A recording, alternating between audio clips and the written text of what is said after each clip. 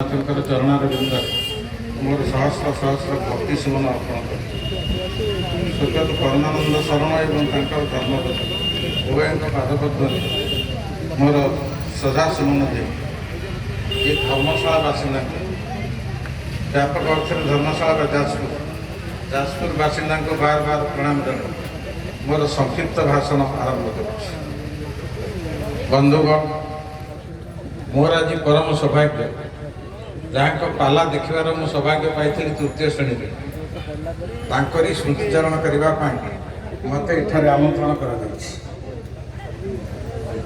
धन्यवाद दूची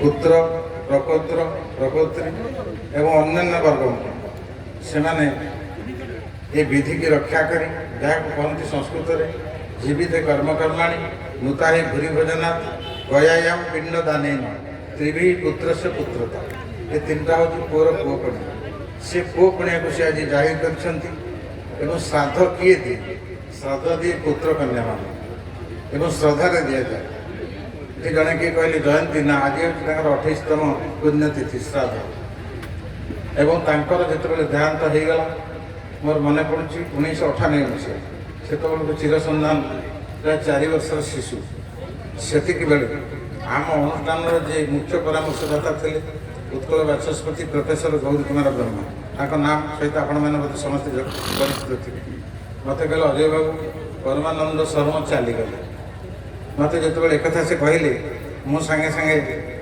मु कहली परमानंद को शरण रही सांगे सांगे मुझे कथाटी कही खबर कागज लिखी गोटे आर्टिकल तेरे से अतीत मु खाली गोटे कथा कहवाई चाहूँगी तृतीय श्रेणी मु छात्र तृतीय श्रेणी में पढ़ुता हठात खबर आसला आम गाँ आम घर हूँ काकटपुर ठार अनति दूर हूँ कुंडेयाट 3 किलोमीटर दूर कुंडेयाट को अतिक्रम करने एक प्राची नदी अच्छी प्राची नदी की पार होगा पड़ो से आजिकल सीना पोल हो गला ब्रिज हो गला से ब्रिज ना आपण मैंने शुणे कह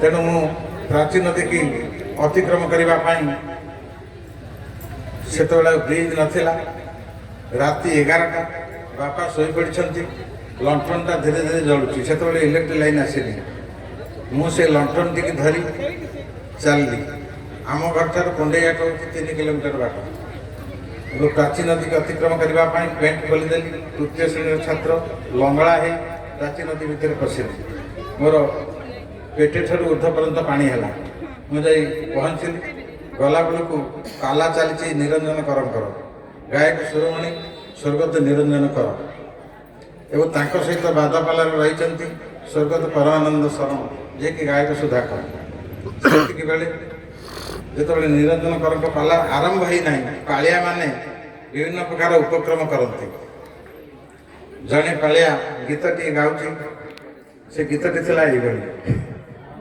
मलिमालो शामकु देवी मलिमालो शामकु देवी यहाँ हूँ मलिमाल शामकु देवी से पालियाटी कहूँ पालिया तो टे आलिया सी कहूँ मलिमालो शामकु देवी मलिमालो शामकु देवी मन तो शिवी मलिमालो शामकु देवी ग्रीष्म होइले बास ग्रीष्म होइले बास चंदन लेपिबी मलिमालो शामकु देवी तांगरु स्वेदबारी जदि पड़ुथिब झरी तांगरु स्वेदबारी जदि पड़ुथिब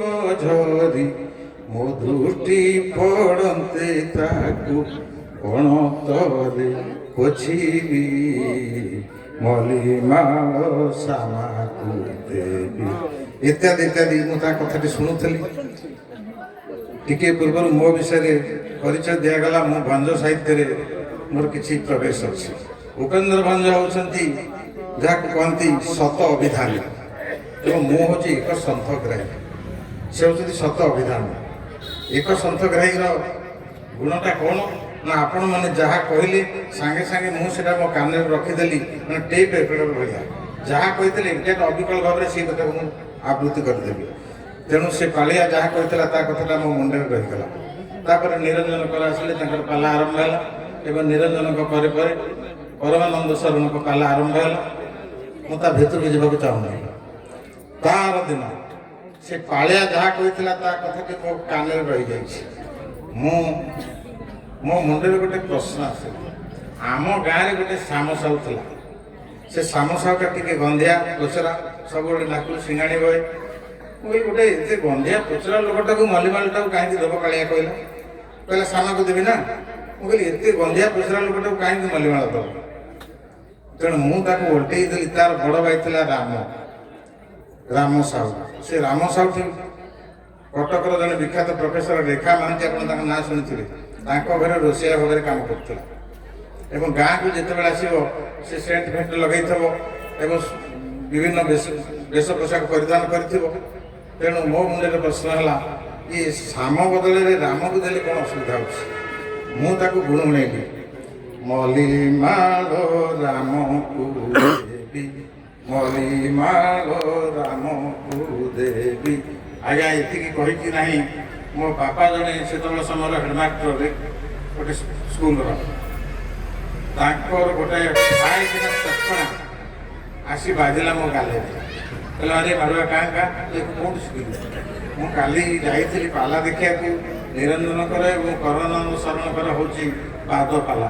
ନା ମୁଁ ଜାଣିଛି ଗଞ୍ଜେଇଆ ଯେମିତି ଯେଉଁଠି ଗଞ୍ଜେଇ ଟଣା ହେଉଥିବ ସେ ଜାଗାରେ ପହଞ୍ଚି ଯାଆନ୍ତି। ତେଣୁ ଇଏ ତ ଟିକେ ପାଲା ରସିକ ନିଶ୍ଚୟ ଯାଇଥିବ। 11ଟା ପରେ ଦେଖିଲା ବେଳକୁ ତୁ ଆଉ ନାହୁଁ। କହିଲି ତୁ ଜାଣିଛୁ କାହା ଲେଖା?